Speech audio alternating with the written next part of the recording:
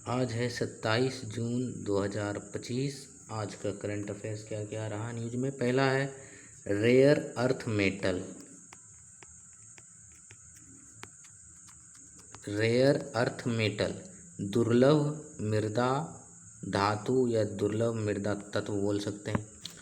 दुर्लभ मृदा तत्व में कितने तत्व शामिल है टोटल, ये नंबर पूछा जा सकता है प्रीलिम्स में। तो 17 तत्व ऐसे हैं जिन्हें रेयर अर्थ मेटल कहा जाता है। आवर्त सारणी में पीरियोडिक टेबल में कौन से ब्लॉक के तत्व हैं? ये सब एफ ब्लॉक के तत्व हैं। तो रेयर अर्थ मेटल जितने भी हैं वो एफ ब्लॉक के तत्व हैं। टोटल नंबर 17 है और इसका एटॉमिक नंबर है परमाणु संख्या 57 से लेकर 71 तक, यानी 57 से लेकर 71 तक कौन से तत्व हैं? रेयर अर्थ मेटल हैं आवर्त सारणी में।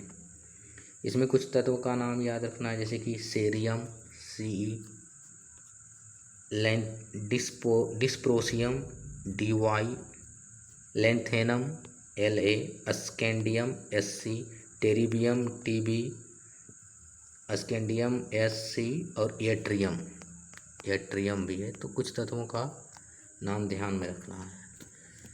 चीन ने कहा, चीन जो कि दुर्लभ मृदा तत्वों में अग्रणी देश है, यहाँ पर उत्पादन अधिक होता है। रेयर अर्थ मेटल को रेयर क्यों कहा जाता है? क्योंकि ये पृथ्वी पर दुर्लभ, कम मात्रा में नहीं।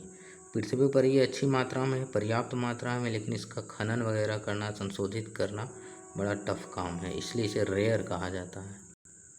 तो चीन जो कि रेयर अर्थ मेटल में आगे है, अग्रणी देश है, उसने कहा कि रेयर अर्थ मेटल के लिए बहुत सारे देशों को एक विशेष लाइसेंस लेना पड़ेगा, यानी कि weaponization of rare earth metal. Rare earth metal का प्रयोग ये हथियार के रूप में कर रही है। जिस देश से चाइना का नहीं बनता है उसको अधिक लाइसेंस लेना पड़ेगा, अधिक कीमत देना पड़ेगा, और जिससे दोस्ती है उसको कम लाइसेंस पर या कम कीमत पर उसे बेचा जाएगा। तो रेयर अर्थ मेटल का प्रयोग जो अभी एडवांस टेक्नोलॉजी में किया जाता है, इलेक्ट्रॉनिक वाहन में, ईवी में किया जाता है, इलेक्ट्रॉनिक व्हीकल में, स्मार्टफोन में, टीवी में और चुंबक बनाने में भी किया जाता है इसका प्रयोग। रेयर अर्थ मेटल में चुंबकीय गुण होता है, ल्यूमिनेसेंट गुण होता है, ल्यूमिनेसेंट मतलब एक चमकने वाला गुण, विद्युत रासायनिक गुण होता है इसमें। पोलावरम प्रोजेक्ट किस राज्य का और किस नदी पर है ये? तो पोलावरम प्रोजेक्ट आंध्र प्रदेश राज्य का एक बहुउद्देशीय इरिगेशन प्रोजेक्ट बोल सकते हैं, सिंचाई वाला योजना, और ये गोदावरी नदी पर है। किस नदी पर? गोदावरी नदी। शुभांशु शुक्ला जो कि यूपी के हैं, ये भारत के पहले भारतीय बने हैं, फर्स्ट इंडियन, जो इंटरनेशनल स्पेस स्टेशन, अंतर्राष्ट्रीय अंतरिक्ष स्टेशन पर पहुंचे हैं। पहले अंतरिक्ष यात्री जो भारतीय हैं उनका नाम है राकेश शर्मा, जो 1984 में रूस सोवियत संघ का, उसमें था सोवियत संघ का एक सैल्यूट 7 अंतरिक्ष यान है, स्टेशन है, वहाँ पर 8 दिन तक रहे। तो पहले भारतीय जो अंतरिक्ष में गए 1984 में राकेश शर्मा, और पहले भारतीय जो अंतर्राष्ट्रीय स्पेस स्टेशन में गए शुभांशु शुक्ला। ये वहाँ पर 14 दिन तक रहेंगे और 60 प्रयोग किया जाएगा। वहाँ पर माइक्रो देखा जाएगा कि जो गुरुत्वा विहीन क्षेत्र है स्पेस में, वहाँ पर चीज़ें कैसे काम करती है, अध्ययन किया जाएगा। और आने वाले फ्यूचर में स्पेस जियोपॉलिटिक्स होगा, स्पेस जियोपॉलिटिक्स। तो स्पेस जियोपॉलिटिक्स होगा इन फ्यूचर में। स्पेस यानी कि अंतरिक्ष भू राजनीति, उसमें जैसे अभी पृथ्वी की सतह पर जो क्षेत्र, जैसे ये इंडिया का क्षेत्र है, ये चाइना का, उसी तरह स्पेस में होगा, ये भारत का क्षेत्र है, ये चाइना का क्षेत्र है, और अलग अलग देश वहाँ पर स्पेस का जो संसाधन है उसको प्राप्त करेंगे।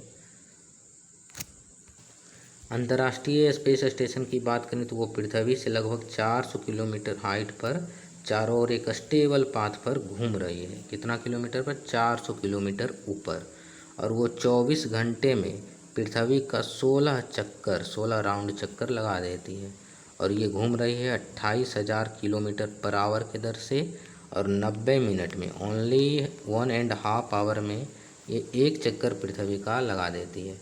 पूछा जाए कि अंतरिक्ष में सबसे अधिक दिनों तक रहने वाले अंतरिक्ष यात्री, तो उनका नाम है पैगी विट्सन। पैगी विट्सन, जो कि लगभग 665 दिन वहाँ तक वहाँ रहे हैं।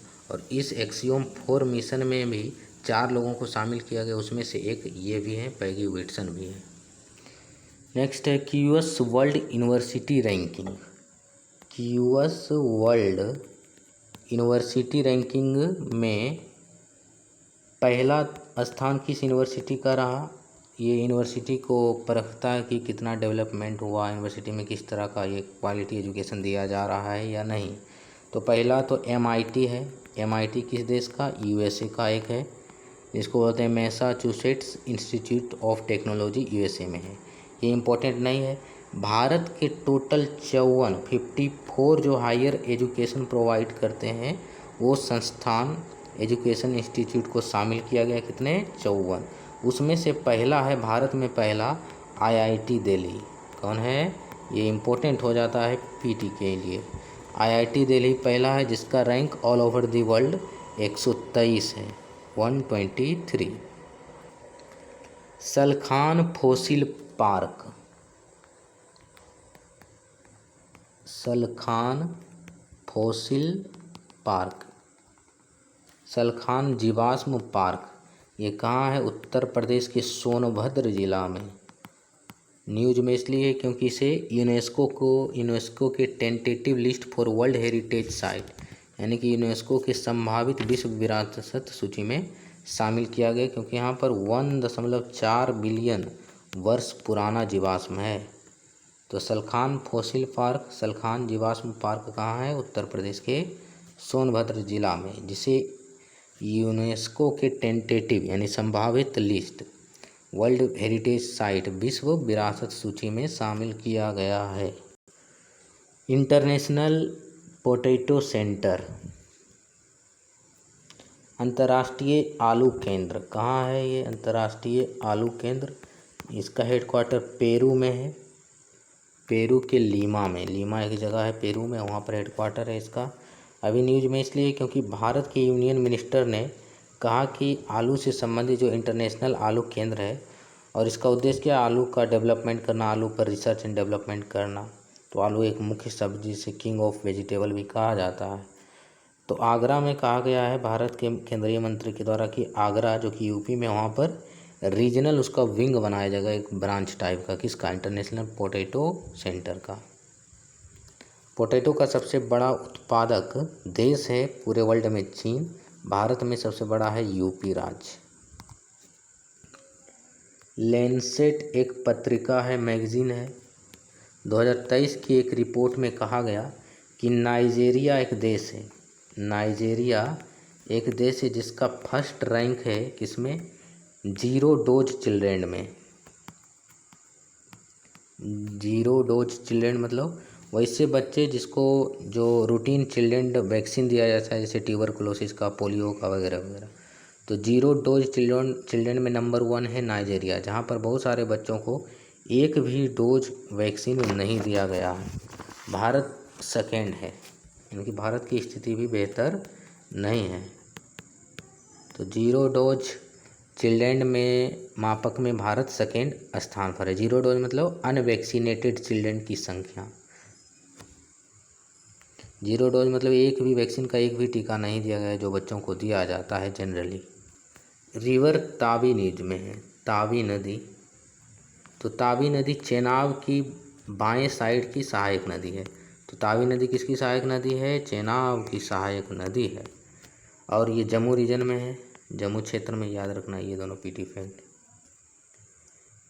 यूनेस्को ने शायद 2023 में सिटी ऑफ म्यूजिक यानी संगीत का शहर किसे घोषित किया? PT fact. तो ये ग्वालियर को घोषित किया। ग्वालियर कहाँ है? मध्य प्रदेश में है। ग्वालियर में ही जो क्लासिकल सिंगर हैं तानसेन, जो अकबर के दरबार में रहते थे, नवरत्नों में से एक थे, उनका जन्म ग्वालियर में ही हुआ था। और ये तानसेन बजाते थे कौन सा म्यूजिकल इंस्ट्रूमेंट? रबाब। ये भी UPSC में एक बार पूछा जा चुका है। तो रबाब क्या है? एक म्यूजिकल इंस्ट्रूमेंट है, संगीत से संबंधित यंत्र है, और ये सेंट्रल एशिया से, अफगानिस्तान वगैरह रीजन से लाया गया था भारत में। तानसेन पहली बार दौलत खां के अंदर में काम किए, शेरशाह सूरी के पुत्र दौलत खां में। उसके बाद रामचंद्र, बांधवगढ़ के रामचंद्र के दरबार में सिंगर के रूप में काम किया। फिर अकबर के दरबार में नवरत्न रहे। अकबर ने ही उन्हें मियाँ की उपाधि दी थी।